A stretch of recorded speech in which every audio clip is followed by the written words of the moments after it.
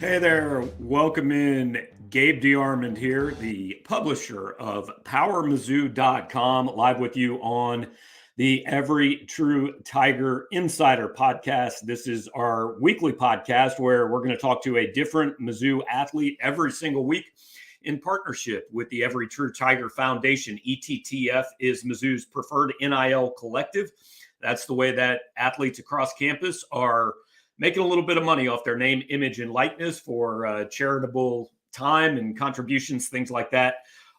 You can contribute to ETTF at everytruetiger.org. We've also got a special Power Mizzou arm within ETTF. The details of that are on our message board. It's raised a little over $80,000 for Mizzou's NIL efforts over the last 2 months or so. And plenty of things that you guys can get involved with. We encourage you to do that. Again, everytruetiger.org. And like I said, every week we bring a different Mizzou athlete onto the show. And I'm fairly confident in saying that we've got our first podcast guest who is a two-time national champion on the show, wrestler Keegan O'Toole joining us. Keegan, how you doing this morning, man? I'm doing very well. Just got out of church and glad to be on the show. Thanks for having me. Yeah, appreciate you. So let's start with that.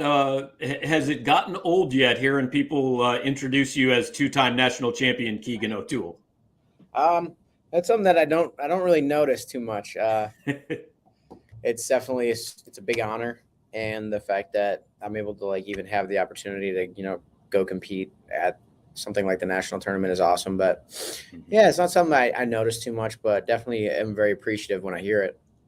Yeah, I'm curious. We'll get into your backstory a little bit and let people know kind of how you came to Mizzou and all that. But when your name, probably something you appreciate down the road a little bit more than maybe you do today. But when your name is mentioned with Ben Askren and Jaden Cox, I've got to imagine that's pretty good company to be in.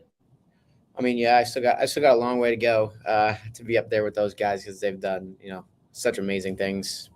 Ben being my coach since I was 12 years old. And then Jaden Cox, obviously being a Olympic bronze medalist, multiple time, world champ. So I got a little ways to go, but I'm chasing greatness the best that I can. Yeah, well, you got a couple more years to add to it here in Columbia, but what we've kind of done on this show with the previous athletes that we've had is I want to go back to the beginning. Like, tell me when you got into wrestling. How old were you, and how'd you kind of get started?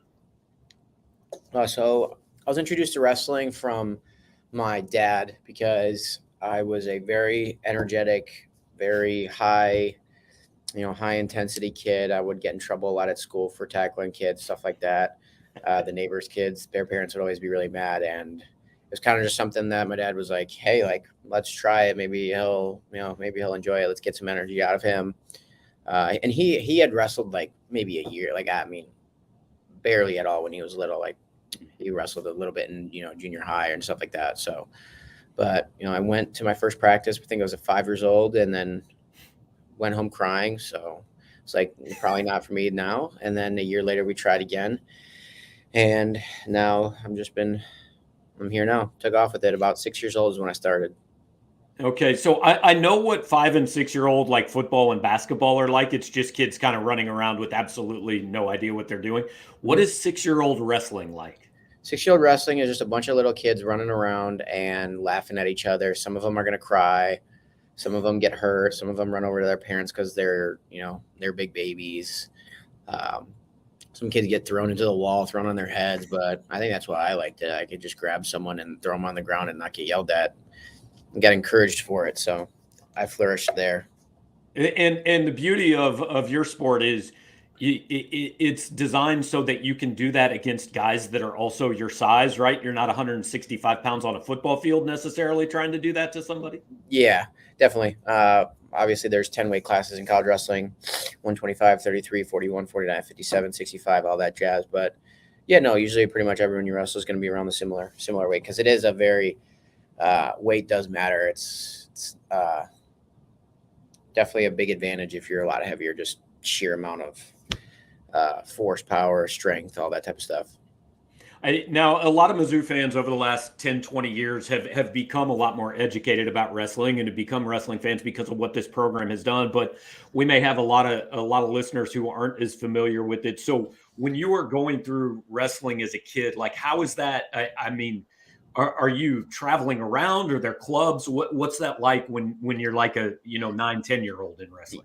Yeah, so I was at a club in Illinois for a little bit just because I lived in Milwaukee, so that travel was like probably an hour and 20 minutes, and um, definitely was more the intense side when I was little, which probably was not the best for a young kid trying to enjoy the sport, but I was at a club there, and then when Ben Askren opened his place in 2011, my dad was a fireman for the city of Milwaukee, and they had a rule where you had to live within like a certain, you had to live within the city.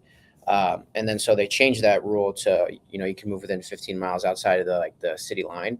And so I went to AWA, the Askren Brothers Wrestling for like a couple of years while I was living in Milwaukee, and then we moved out to where they were located just because it was a nice area. That's where I ended up going to high school, same high school as Ben Askren. And it just that's how that kind of worked out for me when I was younger. So did you, I mean, the first time when you go to Ben's club, do you already kind of know about Ben and Max and who they are? Not too much, actually, just because I was so young. I knew of them. I didn't really know what they did. I was only 9, or wait, when I went there, I was probably 11 or 10 years old. So they were a little bit before. I remember watching Max Askren win his last NCAA title in 2010. But Ben was, he graduated college in 2007, and at 6 years old, all I'm concerned about is other stuff. So yeah, I think I definitely learned real quick though. Yeah. Do you remember like your first kind of interactions with Ben at all?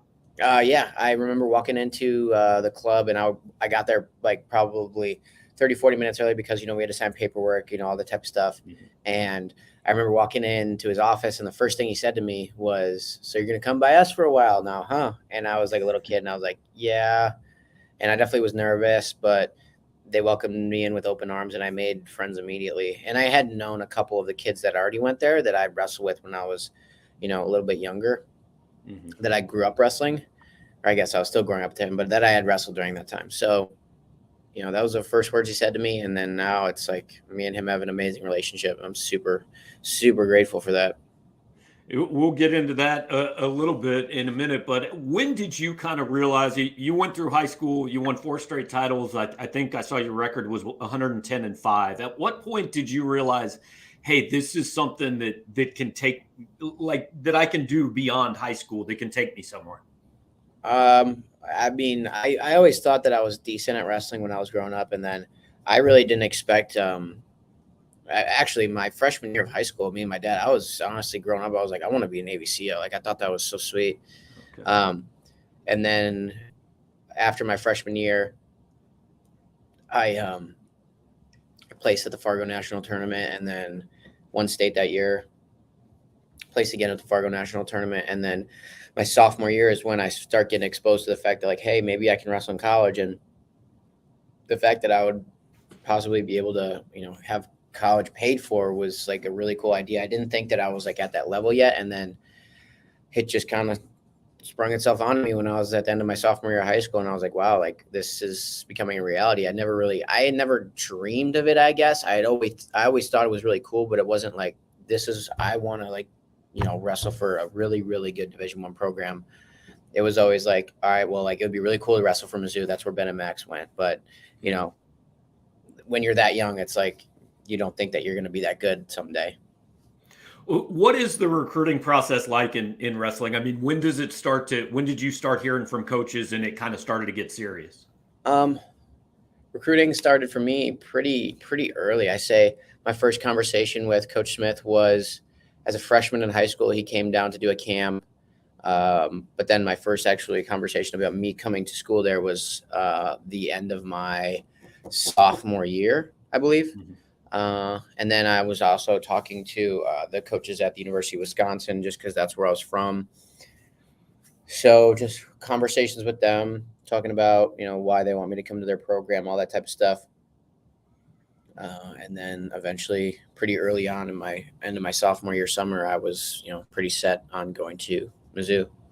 Okay, so you made that decision early. I mean, what were Yeah, those very last quick. couple?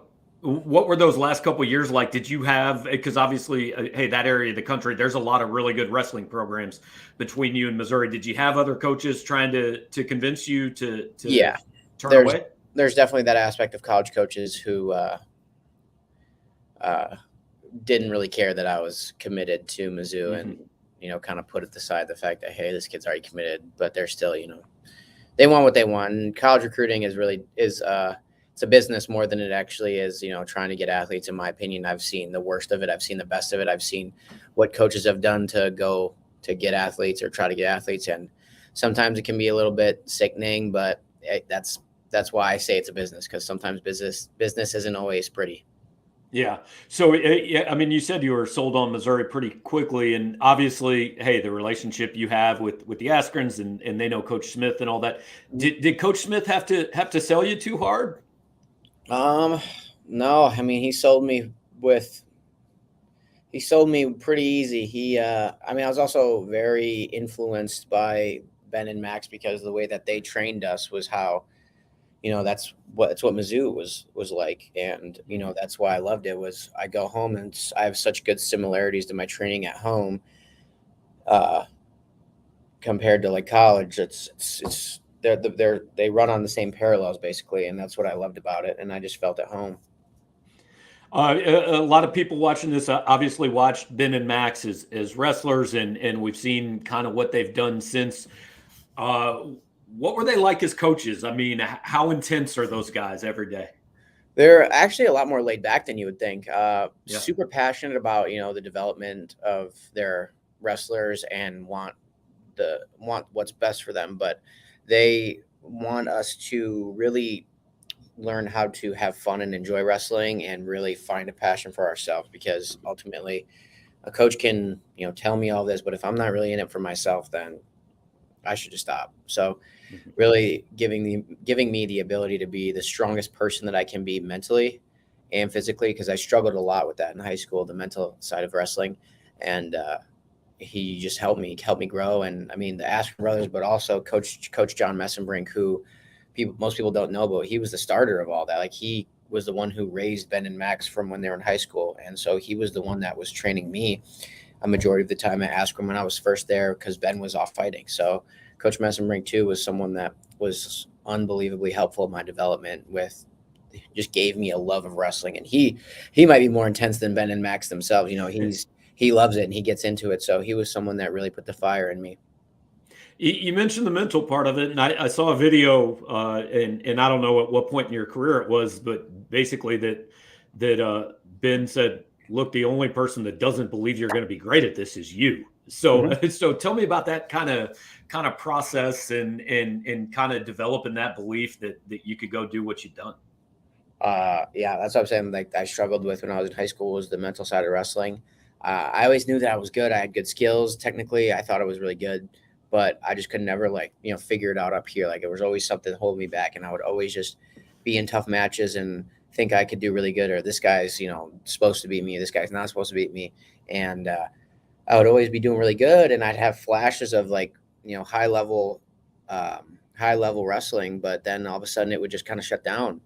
And for a while, I didn't know why that was happening. And then at one tournament, it all resonated with me. I sat down with Ben, and he kind of talked me over after the tournament, told me like, "Hey, you're your own worst enemy. Like, you're really good, but you don't believe it. And until you do, you're just going to keep being average." And so, I mean, it's not like I hadn't heard those words before. It was just, as a coach, you never know when it's going to click with the athlete. And that's something that I'm learning too. It's like, if I try to help my teammates, no matter how many times I tell them something, it might not click until the 25th, 30th time that I tell them.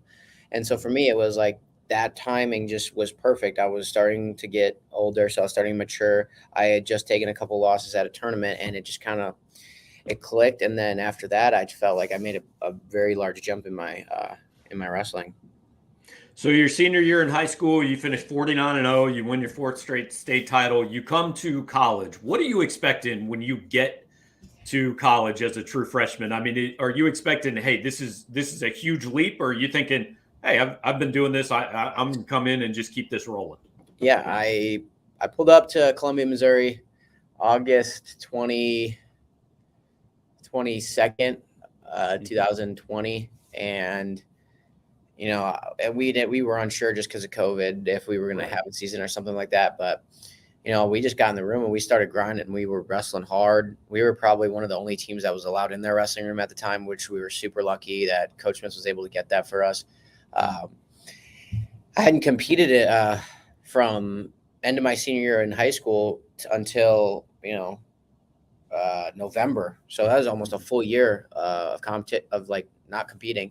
And so we had the U20. They brought back the U20 World Team Trials in Omaha, Nebraska. Unfortunately, they weren't going to take a team overseas just because of COVID. But that was our first tournament that I was able to wrestle under Mizzou, and I absolutely torched it. I didn't have any close matches. I ended up winning Outstanding Wrestler of the tournament, made the junior world team for my first time ever, and I had taken second the year before. So I just saw the improvement right away, and I wasn't planning on wrestling my freshman year just because I was going to redshirt, but then they made the rule that was like, oh, this is a free year of eligibility. So, Coach Smith wanted to put me in, and I was originally starting at 57, but then they put out our original 57 starter, Jarrett, and I was like, all right, yeah, it's just not my time right now. But then Coach Smith's like, nope, you're going up a weight class, you're going up to 165, and I mean that was best thing for me just because I was growing, I was getting taller, and was still putting on some size, so it worked out really well. The whole COVID year, I'm interested. I mean, how close did you guys feel like you were to, hey, this just isn't going to happen this year? Because a lot of sport, obviously every sport, it was kind of like, hey, nobody knows. But wrestling, I mean, you're in direct contact with these people, right? And so probably, I imagine even your sport, there was a little bit more concern about how can we do this? I mean, was it a real danger? You guys thought, hey, we're not going to get to do this year? Yeah, there was definitely that feeling of uncertainty, but at the same time, I just tried not to let it bother me. I went through a lot of I wouldn't say depression, but I was definitely down in the dumps for a while just because of homesickness, COVID. Life was just boring. Life was rough at the time. Mm-hmm. Couldn't really go home to see your family too much. Locked in your house a lot, and so that definitely is a recipe for disaster. I mean, this is just kind of going off a tangent. You look at any sort of serial killer, anything like that, all of it starts with social isolation. Mm-hmm. And I mean, that's literally what that was. It sucked. It was completely pointless for us to do any of that. But it was I had to deal with it. And I just tried to focus on myself at that time. And I wasn't too worried about a season or not, just because I was going through a bunch of other stuff, trying to get acclimated to school, try to enjoy where I was. So I wasn't too worried about, if we had a season or not. We were going to be training either way. And yeah, I didn't let it bother me too much.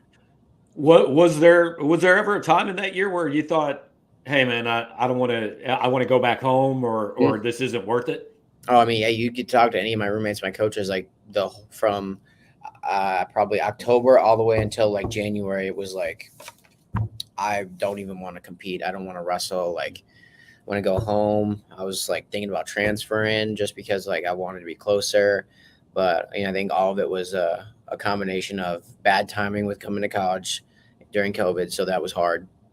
And the fact that, I had never really been away from home, and probably had the worst freshman year experience probably in a very long time of any class in college. So I had to give it time. I had to trust, and the fact that I had just the best teammates, the best coaches to, bring me up when I was down, would definitely not be here if I didn't have those type of people around me.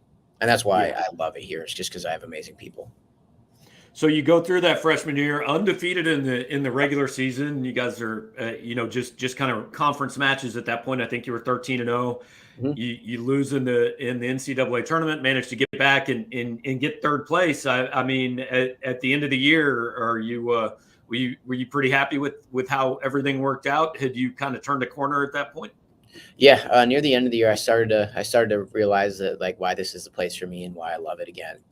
And I was fully prepared. I was ready to win a national title, but God's plan isn't always what you want. So Mhm. uh, definitely was not my time. I competed super hard. I learned so much. I had such a great time. But my freshman year, I took third. Really happy I was able to bounce back from losing, but definitely was not like the guy who won my weight class that year saved his whole wrestling program at Stanford and saved multiple sports programs. So clearly that was meant to be for them. But I just really took it and I just tried to take all the emotion out of it, and just try to improve specifically physically and mentally. So that was a great, great learning experience. And I mean, it was fun. Like I got to compete at an NCAA wrestling tournament that I had watched like every single year from like 10 all the way up until I got to college. Come back your sophomore year, you go 25-0. Oh, by the way, academic All-American in that same year, win a national title. It's tough to get a lot better than that year for you, isn't it? That was a good time. Felt like I was finally growing into, a better person, a better student, better man of faith, and it all kind of came together that year. And it definitely was. I mean, that was my first NCAA title, and the emotions that I remember from those days, and just the hard work that I put in. Those are something that I probably am going to remember, if not the rest of my life, for a very long time. Do you remember kind of what went through your head when either right when the match is over or when you're standing up on the podium? Yeah, I definitely remember like the countdown from, the buzzer. Uh, there's like 13 seconds left, and Mhm. I was in on the edge of the mat, and I had him in a front headlock. I was like, I'm not letting him go. Like I'm winning 6-5, and I was on the edge of the mat where my coaches were, and I actually remember him blowing the whistle, and like I just like put my head down, and I was like, man, like lifetime goal, dream, like man, crossed it off. And I just remember like walking over to my coaches and just like being in awe. Like I just wanted to hug them, just be super, super grateful for them, because like I said, takes a lot of people to put something like that together. So what's harder, winning the first one or then coming back knowing the expectation is doing it again and trying to get back there? Definitely the second time. Yeah. The first time, you have no pressure. You're a hungry young kid. I mean, I was only my second year in college, uh, and I felt like I'm the one that's got to chase. I got to do the hunt. Now it's like I definitely learned so much this year than I did last year. I'm like, I'm the hunted. The expectation was, I wanted to dominate everything, and I felt like I had to. Um, and that was such a huge mistake of my part thinking that way. I learned real quick, but the fact that I was able to go through such a hard time this year in terms of mentally, physically dealing with injuries, dealing with loss, dealing with not being in my faith as much as I should have. Like it was, man, this year couldn't have been more bumpy in the road, but it could not have just made me improve just as a person and as a wrestler. Like I am so happy about this year. I'm so glad that I lost. I'm so glad that I struggled with injury, all that stuff. When and this is obviously up to you, but we do this show so people can get to know you guys a little bit more off the mat, off the court, off the field, or whatever. When you're talking about those struggles this year specifically, what do you mean? Is it just mainly wrestling and health, or are you talking about stuff away from that too? Yeah, it's everything. I mean, definitely health. Like I was having some knee problems early on in the year. Like the first tournament, I kind of tweaked my MCL. So dealing with sitting out, and that's not something that, type A personality kids that love to do what they do. And, I probably didn't handle it in the best of ways sometimes, did some stupid things, but at the same time, it was like, I learned, what not to do. I learned how to improve. I wasn't, like I said, there was a time where I was like down in the dumps just because of injury. I was, struggling. I couldn't get through a practice without feeling tons of pain. And I wasn't, praying about it. I wasn't reading my scripture or going to church as much as I should. So now it's like, those are the things that are honestly more important to me than just, the results in the competing, because, I'm going to compete and I'm going to have these results. But if I can't, be a good person and learn from my lessons, then it's nothing. Wrestling doesn't really, it's not going to be here forever. It's not eternity. You've only lost 3 matches in college. 2 of them come this year to David Carr of Iowa State. And then I think you probably go into that NCAA tournament knowing, hey, if I can get there, he's going to be the guy waiting across from me. So what kind of motivation was that at NCAA's trying to get back and beat the only guy who's beaten you in the last 2 years? Yeah, it was definitely a lot of long conversations, a lot of work being done after these losses. And I really I trusted my coaches. I trusted, my training partners. I trusted my training. And I was really looking forward to the opportunity to wrestle again. But my weight class was like extremely, extremely difficult. So there was a part of me that was like, I got to win 4 matches against some really good opponents to get there. And so does he. So it was really one match at a time. But once I walked off the mat on that semifinal match and I saw that he was going to be the one, I was like really excited. I was like, all right, you get another shot. What is it like between matches in wrestling? I mean, how much of the work is obviously the physical stuff, and how much are you going back, like looking at those previous matches and studying the guys you're going to be facing on film? Definitely a combination of both. Like I was watching film on the 2 matches that I had lost. I'm watching film mainly on, what I need to do better. Just because that's for me, that's always been how I've thrived and how I've gotten better. But yeah, definitely just little things that I need to switch up. When you're in a tournament, it's hard to change, a lot. So you're just looking for the little mental switches to think a little differently, or a little, place my hand here, not there, or step to the left instead of the right. So those are those little things in between matches or leading up to a tournament with shorter time spans. For somebody like me that's not super educated on wrestling, we can watch a wrestling match and think it doesn't look like there's a ton going on here, right? So tell me when you're going through that, first of all, kind of explain the technical factors, and then when can you sense, all right, this is when I take my shot, this is when I've got my opening here? I mean, that 10,000 hours thing, right? Mm-hmm. Put in 10,000 hours, you're a master. And I don't even know how many hours I put. I'm putting on a lot. I've almost been at this, going to be coming up on 18, 17 years, something like that. So just obviously, like anything, repetition, constant time in the lab, thinking about it, watching it, living it, just like right what's above my head, living Tiger style. And, that's all of it is a culmination of every little detail in every match. So you've got 2 more years here left at Missouri if you want to use that extra year, and kind of just big picture, what are your goals, not just for the next 2 years, but then beyond that, wrestling wise or outside of it? Yeah. Outside of wrestling, I just want to continue to get my education in personal finance. And then I really want to get my master's in business. So that's kind of what I'm there for academically. Spiritually, I just want to try to keep growing as the best person that I can be and improve every day in that. And wrestling wise, I'm going to take those 2 years just because I will be in school still. So why would I not? And 2024 Olympic trials, I'm going to try my very best to, make that team. That's been a dream of mine, but also I'm still young. So I'm going to try to always find that next goal in 2028 if that doesn't happen in 2024.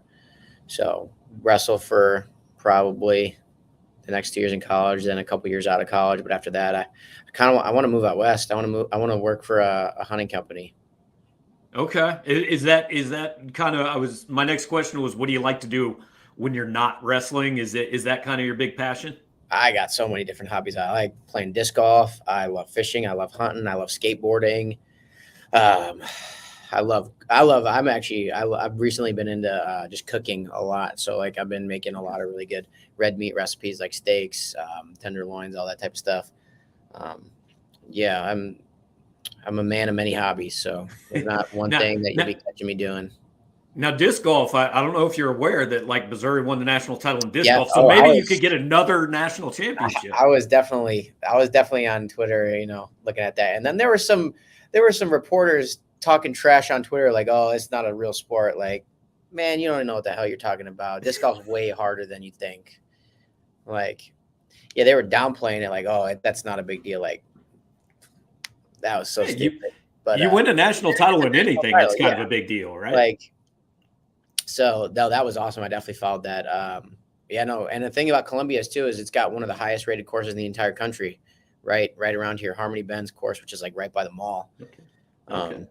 Yeah, so definitely that. But I have a dog here, so I love spending time with her, training her. I like to do so many different things. But definitely once hunting season comes, I'm out in the woods. You mentioned the cooking. I'm curious, like, especially when your sport is so driven by everybody knows, hey, you got to weigh this at this time. Like, how closely do you have to watch the nutrition? And do you ever just get to, like, maybe in the off season, just get to be like, you know what, I'm just going to go have 3 pieces of cake and cut loose, and I don't have to pay attention to what I eat today?